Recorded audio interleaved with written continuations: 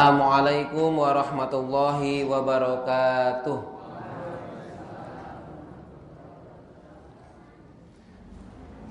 Mari kita awali pengajian malam hari ini dengan bersama-sama membaca syahadat. Raditu billah. A'udzu billahi minasy syaithanir rajim. Bismillahirrahmanirrahim. Asyhadu an la ilaha illallah wa asyhadu anna Muhammadan abduhu wa rasuluh. Raditu billahi rabba wa bil islami dina wa bi Muhammadin nabiyya wa rasula. Rabbi zidni ilma warzuqni fahma. Amin. Alhamdulillahi rabbil alamin. Wa bihi nasta'inu ala umurid dunya waddin. Wassalatu wassalamu ala asyrafil anbiya wal mursalin wa ala alihi wa ashabihi ajma'in. Allahumma salli ala sayyidina Muhammad salatan taj'alna biha min ahlil ilmi zahiran wa batinan wa tahsyuruna bi'ibadikas sholihin fid dunyana wa ukhrana wa ala alihi wa sahbihi wa sallim. Rabbis rahli sadari wa yassirli amri wahlul uqdatam min lisani yafqahu qawli. Amma ba'd. Ibu bapak jamaah kajian malam Rabu Pasolatan Masjid Nuruda 19 rahimakumullah. Alhamdulillah malam hari ini hari Selasa tanggal 21 Mei 2024, pertemuan ke-186. Allah masih mencurahkan rahmat nikmat kepada kita semua, sehingga insyaallah ba'da maghrib ini menjelang isya kita akan isi dengan thalabul ilmi bab pasolatan. Salawat dan salam semoga Allah tetap curahkan kepada junjungan kita Nabi Muhammad sallallahu alaihi wasallam. Mohon izin nanti saya tidak sampai mendekati isya persis, karena nanti ada waktu sekitar 10 atau 15 menit diisi pamit haji nggih dari Pak. Kalau Bu Subina mboten sudah ya tadi malam kemarin karena dari Pak Teguh. Jadi materinya ringan ini. Ringan tapi siapa tahu banyak yang menyepelekan. Apa judulnya ini? Judulnya adalah jari-jari tangan ketika sholat, direnggangkan atau dirapatkan. Nah, lalu kalau direnggangkan kapan? Kalau dirapatkan kapan? Inilah yang akan kita bahas pada malam hari ini. Kenapa kok perkara tangan, jari-jari tangan dirapatkan atau direnggangkan saja kok sampai harus dibahas? Hadirin rahimakumullah, ini kan tangan bagian dari gerakan sholat kita menggunakan tangan. Kalau dikaitkan dengan sholat Yasin ini misalnya ya, kan ada ayat al-yawma nakhtimu ala afwahihim wa tukallimuna aydihim Watas sudah arjuluhum bima kanu yaksibun. Kelak di akhirat itu mulut kita akan dikunci, ditutup. Kemudian akan berbicara tangan-tangan kita. Nah, mudah-mudahan tangan kita ketika sholat, tangan kita yang kita gunakan di waktu sholat itu akan bersaksi bahwa kita itu termasuk orang-orang yang suka sholat, orang yang beriman, orang yang beramal soleh.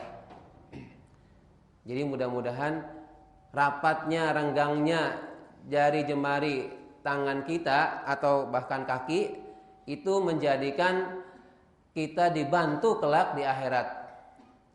Karena mulut kita kan ditutup. Secara umum normalnya di dunia yang berkata itu adalah lisan, mulutnya. Ketika ditanya maka mulut akan menjawab. Setelah telinga mendengar, direspon, nanti otak suruh apa? Jawabannya lewat lisan kebanyakan. Jadi bagaimana hati itu bagaimana mulut itu tergantung hatinya. Bisa jadi mulut itu pengennya berkata benar, tapi hatinya tuh menolak. Atau hatinya tuh pengen yang benar, tapi mulutnya menolak. Misalnya kalau berkata jujur, kamu gak bakal mujur, maka bohong aja, gak apa-apa bohong sedikit. Yang agak unik sekarang ini contoh ya, STL ya, apa STY, itu yang kemarin korupsi itu. Ternyata apa? Ada alokasi untuk biduan. Nah, ini bukan biduan hadroh ya. Biduan digaji sekitar 3-4 juta per bulan pakai uang negara buat nyeneng-nyenengin para pejabat. Nah, sisi lain dari pejabat ya, kita nggak usah. Oh berarti tahu ternyata uang kita, uang rakyat itu, uang negara ada juga yang menyelewengkan. Mungkin mulut tidak bisa, mulut mungkin akan berkata, oh aku enggak. Tapi kan orang lain bersaksi. Nah, dalam kesempatan ini saya tegaskan, mulut bisa saja hari ini berkata enggak, tapi anggota tubuh yang lain mengatakan iya. Nah, kita itu pengennya kelak di akhirat bukan sekedar anggota sujud kita itu atau anggota tubuh kita itu yang bersaksi bahwa kita itu suka sholat, tapi tangan pun termasuk di antara jari-jari asobi', jari jemari tangan, jari-jarinya kaki itu menjadi saksi kelak di akhirat. Makanya temanya sederhana, tapi mudah-mudahan ini sampai kelak bekal kita di akhirat. Saya ulangi lagi, judulnya itu jari-jari tangan direnggang ketika sholat, direnggangkan atau dirapatkan. Jadi dari pertanyaan itu kita akan bahas sedikit demi sedikit. Kalau di setidaknya ada 6, tapi mungkin 3 saja cukup ya, secara singkat-singkat saja. Masing-masing 5 menit kan pas setengah jam ya.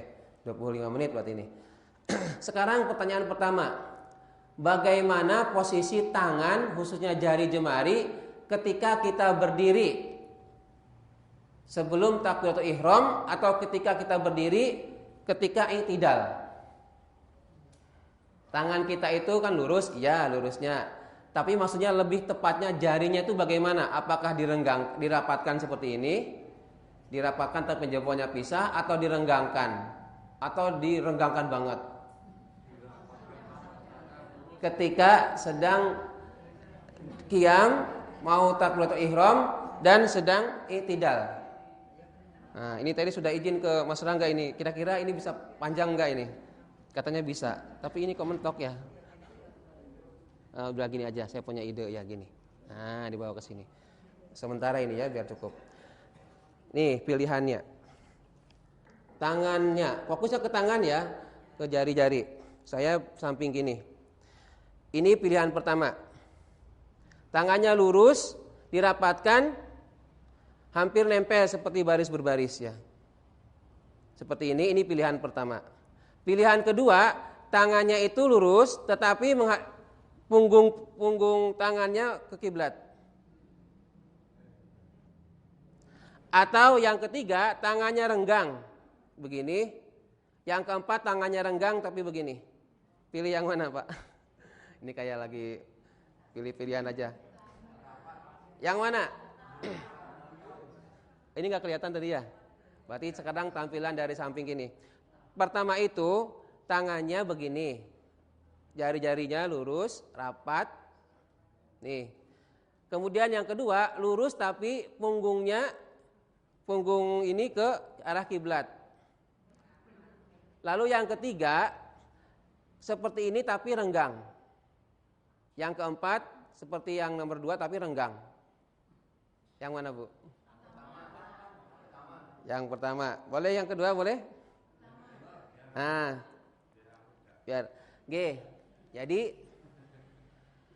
ada 2 gerakan yang disunahkan ketika berdiri qiyam takbiratul ihram dan ketika setelah ruku atau pas i'tidal, yaitu yang pertama dan yang kedua.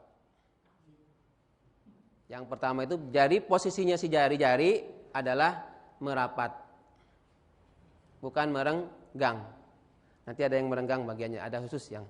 Jadi ketika berdiri begini, tangannya itu jari-jarinya adalah rapat. Boleh begini atau begini. Nah, kalau saya sukanya begini, lebih asik begini ya. Karena memang ada tuntunannya juga. Jadi tangannya begini, Bu. Begitu. Allah, ini ada yang menyentuh enggak nih? Allahu Akbar. Ini tangannya begini dari sini. Kalau berdiri seperti ini pun boleh. Jadi dua-duanya boleh. Bagaimana kalau direnggangkan? Nah, direnggangkan tidak ada larangan, tapi tidak dicontohkan. Dan lebih baik yang dicontohkan. Itu yang pertama, tangannya di sini aja deh. Ketika berdiri sebelum takbiratul ihram dan i'tidal, tangannya dirapatkan. Oh, alhamdulillah. Ternyata sip, biar saya enggak ini kaku ya.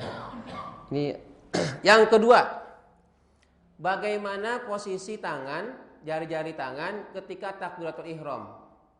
Direnggangkan, ini renggang tapi tidak direnggangkan, dikembangkan, itu maksudnya tidak renggang banget, atau dirapatkan ketika takbiratul ihram. Mau bagaimana, Bu? Atau mau yang kiri rapat, yang ini renggang gitu? Jadi gitu, Allahu Akbar, begitu rakaat yang gantian, Allahu Akbar. Nah, ini usulan sholat, Bu ya, bukan masalah seni atau indahnya, tetapi ada tuntunannya. Hadirin rahimakumullah, bagaimana ketika takbiratul ihram, apakah jari-jarinya direnggangkan ataukah dirapatkan?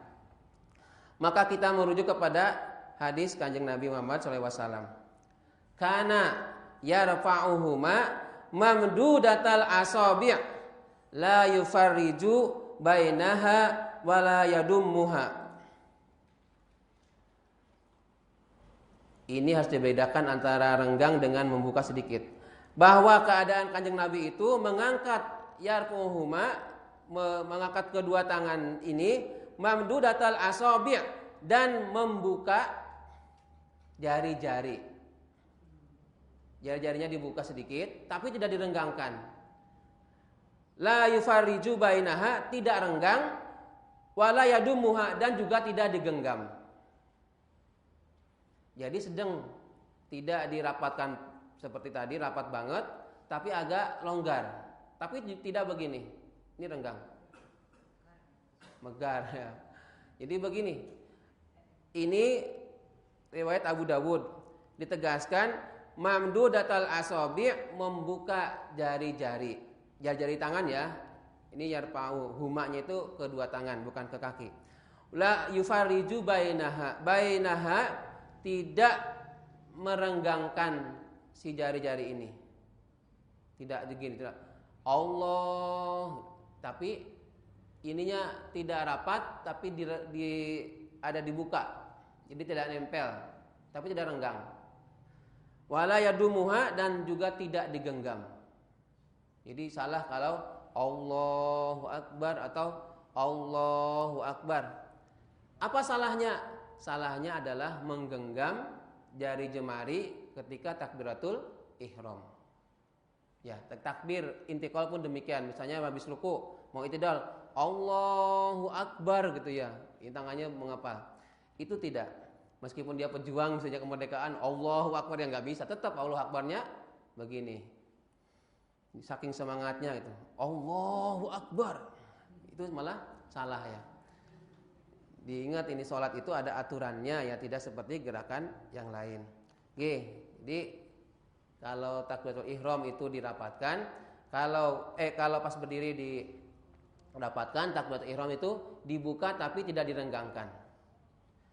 Berikutnya, bagaimana tangan ketika ruku? Apakah dirapatkan ataukah dibuka atau direnggangkan? Berarti saya tampilkan adegan lagi. Ini ketika ruku, ini kelihatan nggak ya?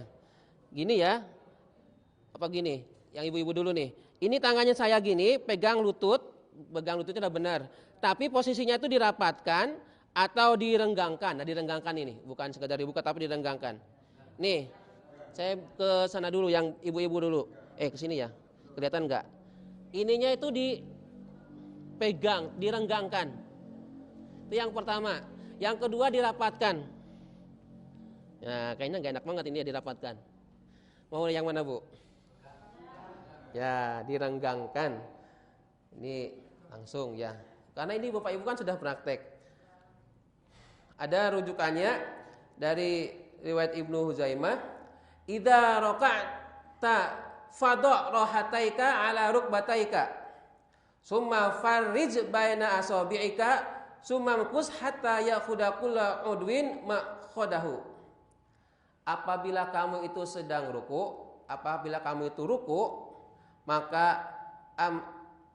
wadha' rahataika ala rukbataika, maka telapak tanganmu itu letakkan di atas lutut. Ketika ruku, di atas lutut, sudah. Tapi ada selanjutnya apa? Summa farrij baina asabi'ika. Kemudian renggangkan di antara jari-jari tanganmu. Tidak mengikuti sunnah ini, ya. Ada memang, ada yang dibetis malah. Ini kalau keadaan normal, dalam keadaan sehat, tuntunannya adalah meletakkan tangan di atas lutut, di atas, bukan di bawah ya, tapi di atas lutut. Ala rukbataika, di atas lutut, kemudian renggangkanlah jari-jari tanganmu. Jadi ada yang misalnya ini, saking semangatnya mungkin di betis ini, ada yang begini. Nah, yang betul adalah di lutut. Apa itu, dengkul bukan kalau bahasa Jawanya ya? Dengkul. Nah, dengkul ini ya, dipegang. Bahkan seolah-olah itu dia memegang erat lututnya, hampir nanti pas duduk di antara sujud ya. Oke. Saya ulangi lagi. Kalau yang berdiri tangannya rapat.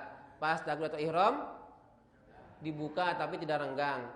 Sekarang yang ketiga, pas ruku, direnggangkan apa dibuka apa dirapatkan? Direnggangkan.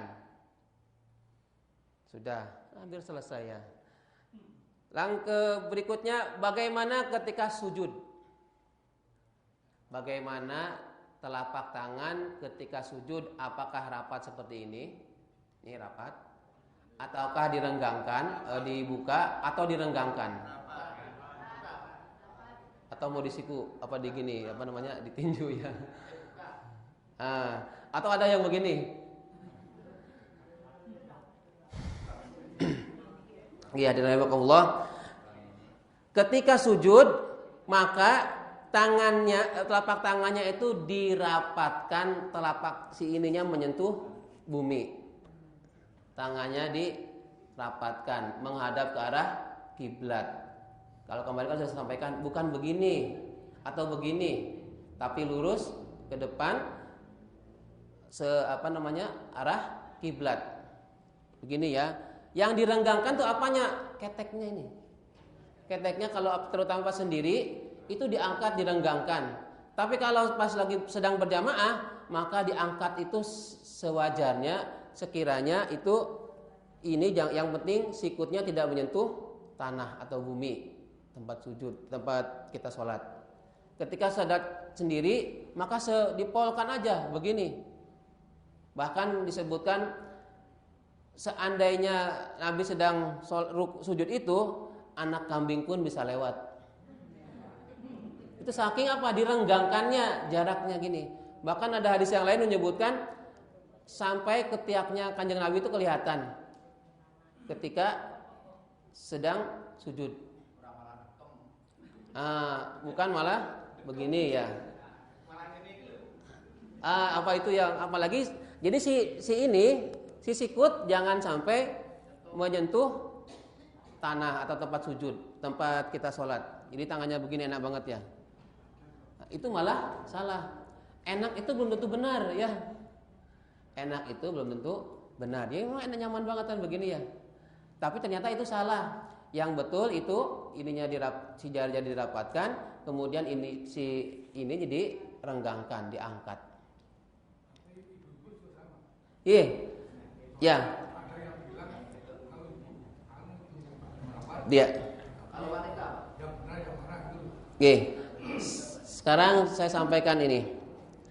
Dulu juga pernah saya tegaskan. Yang saya pahami itu tidak ada perbedaan gerakan sholat untuk laki-laki dan perempuan.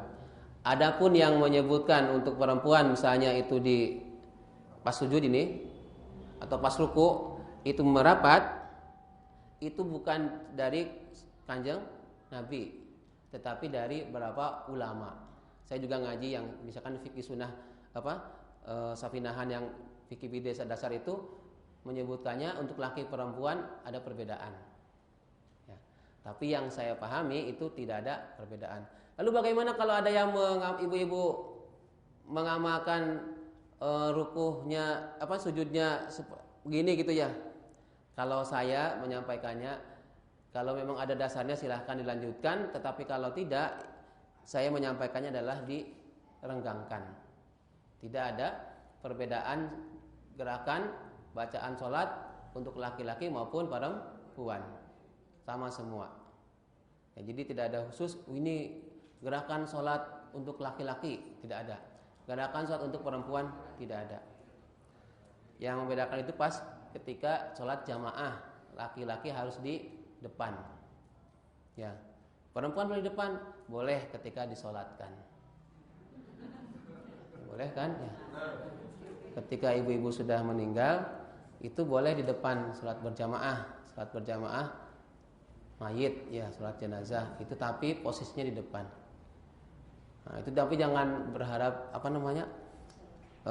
jangan sampai jenengan segera disolatkan, biar banyak pahala dulu ya. Oke, baik berikutnya. Saya ulangi lagi ya biar ingat nih. Yang pertama kalau berdiri bagaimana tangannya? Rapat. Kalau takbiratul ihram dibuka, bukan direnggangkan tapi dibuka. Kalau ruku direnggangkan. Kalau sujud rapat. Yang kelima sekarang. Bagaimana posisi tangan ketika jari-jari tangan ketika duduk di antara dua sujud atau duduk tahiyat awal? Bagaimana Bu? Mau ini banyak prakteknya apa? Ini misalnya kakinya ya, biar gini, di atas ini direnggangkan atau dirapatkan. Ini yang pertama begini, yang kedua begini, yang ketiga direnggangkan tapi memegang lutut. Pilih yang mana Bu? Pertama itu rapat, yang kedua direnggangkan, yang ketiga itu memegang lutut, dengkul seperti tadi ketika ruku. Ya. Untuk yang kalau pas tahiyat awal kan tangan yang satu, tangan yang kanan jari-jarinya 3 jari mengepal, kemudian telunjuknya begini, kemudian jari tengah dengan jari jempol bersatu membentuk lingkaran. Ketika tahiyat awal. Tapi kalau duduk di antara sujud, ketika Allahumma gfirli itu bagaimana tangan, posisi tangan? Nah, kita rujuk lagi ke hadis. Nah, rapat tapi renggang. Enggak rapat tapi renggang, ya. Ya berarti tadi dibuka ya. Bismillahirrahmanirrahim nih. Sebentar lagi ya. Kana idza qa'ada fi tasyahhud wada'a kaffahul yumna ala fahdil yumna wada'a kaffahul yusra ala fahdil yusra basituha 'alaiha. Apabila kamu itu duduk dalam tasyahud awal terutama, maka letakkanlah telapak tangan kanan di atas paha, di atas paha kanan, dan letakkanlah telapak tangan kiri di atas paha kiri, di atas paha. Basituha, beberkan, dibuka, bukan dirapatkan, dibuka di atas pahanya ini. Alaiha, di atas paha. Lalu bagaimana di atas lutut itu? Ada yang menyebutkan hadis ini hadis riwayat Muslim. Hadis riwayat yang lain itu lutut. Jadi seolah memegang kuat lututnya, di atas lutut ini dipegang, direnggangkan. Basituha maksudnya dibuka, dilebarkan sambil memegang lutut. Ya itu ya ketika duduk tasyahud, awal duduk di antara dua sujud. Kalau duduk tasyahud atau tahiyat awal itu kan tangan kanannya seperti ini. Lalu pertanyaannya, apakah melebihi dengkul atau di atas paha tidak melebihi dengkul, tidak melutut? Saya berikan ilustrasinya begini. Ini sini ya biar kelihatan. Ini tahiyat pertama. Tangan ini opsi pertama, pilihan pertama ini. Ini si tangan kiri. Tangan kirinya itu, ini biar kelihatan kamera ya, lupa saya. Ini tangan kirinya itu tadi ya basituha itu dibeberkan seperti ini, bukan dibeberkan diginiin ya, gini. Kemudian ini opsi pertama. Tangan kanan si jari-jarinya 3 jari tekuk dilipat, digenggam, kemudian telunjuknya diacungkan. Batasnya ini opsi pertama, 1. Yang kedua ini. Jenengan mau pilih yang mana? Baik banget kan mau pilih yang mana ini? Nah, tidak disebutkan secara khusus apakah itu di atas persis begini, tidak melebihi ini atau melebihi ini. Jadi Kanjeng Nabi itu meletakkan di tangan kanannya itu di atas paha. Perkara melebihi atau tidaknya tidak disebutkan. Artinya jenengan begini, at-tahiyatulillah boleh. Begini, at-tahiyatulillah. Ada yang gerak-gerak, ya silahkan, nggak apa-apa. Jangan diejek, oh kok mancing kok ya? Enggak ya, itu memang ada sunnahnya, ada hadisnya. Tapi saya tidak mengamalkannya. Tidak mengamalkan itu bukan berarti saya menolak ya. Karena saya pilih yang lain. Terakhir, bagaimana ketika duduk tahiyat akhir? Sama ya seperti tadi, cuma kakinya yang kiri dimasukkan. Dah cukup. Jadi pas ini nanti ada pertanyaan dulu 3 menit. Kalau tidak ada nanti kita monggo.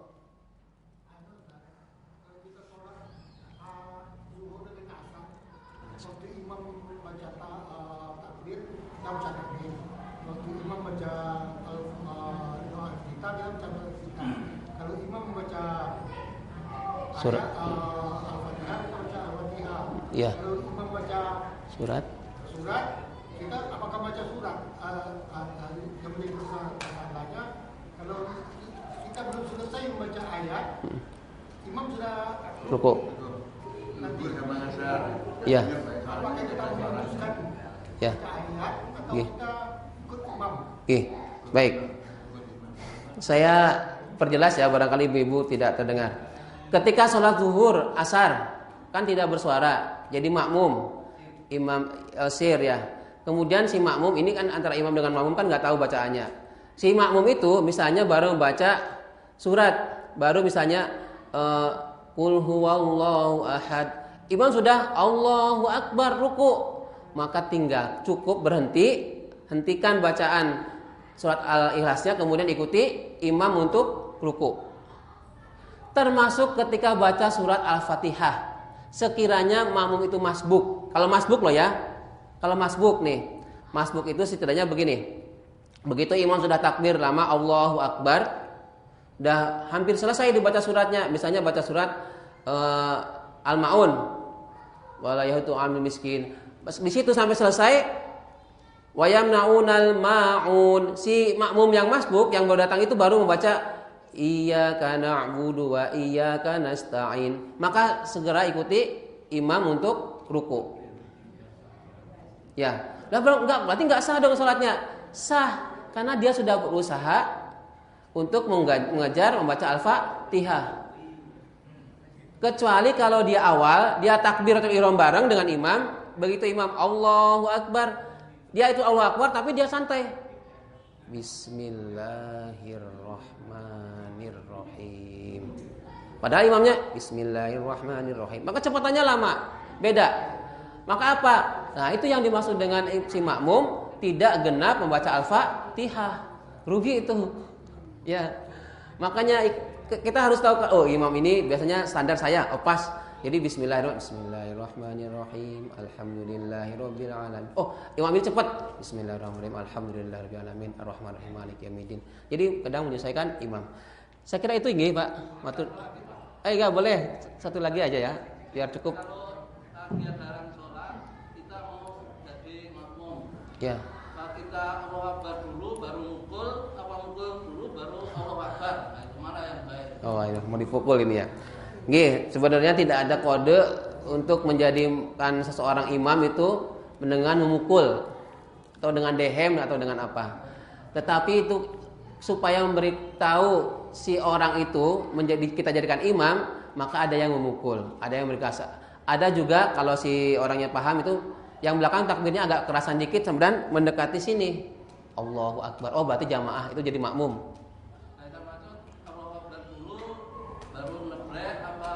Nah, nggih, maksud saya karena tidak ada aturannya harus mukul dulu atau masih kode apa, apakah sholat takbir dulu atau enggak? Nah, makanya yang sudah tahu berarti begitu dia nyempel di sini, udah, berarti dia sudah mau imam dengan jamaah dengan kita. Ini enggak usah pakai mukul atau enggak, langsung aja Allahu Akbar. Ikuti si yang mau dijadikan imam. Nggih. Nah, kepaksanya mukul dulu, maksudnya kasih kode ya, bukan mukul buk gitu. Artinya dikasih kode gitu ya, bukan. Nah, kita mau jadi makmummu gitu nah. Nah, berarti kode dulu baru takbir. Tapi sekiranya mau ruku, ya sudah, kita gerakan langsung ikuti ruku ya, takbir ihram kemudian ruku. Nggih, cukup nggih? Ya, kita akhiri ini untuk pengajian saya ya, nanti itunya kan ada lagi. Dengan bersama-sama membaca doa kafaratul majelis. Bismillahirrahmanirrahim. Subhanakallahumma rabbana wa bihamdika asyhadu an la ilaha illa anta astaghfiruka wa atubu ilaik. Alhamdulillahirabbil alamin. Assalamualaikum warahmatullahi wabarakatuh.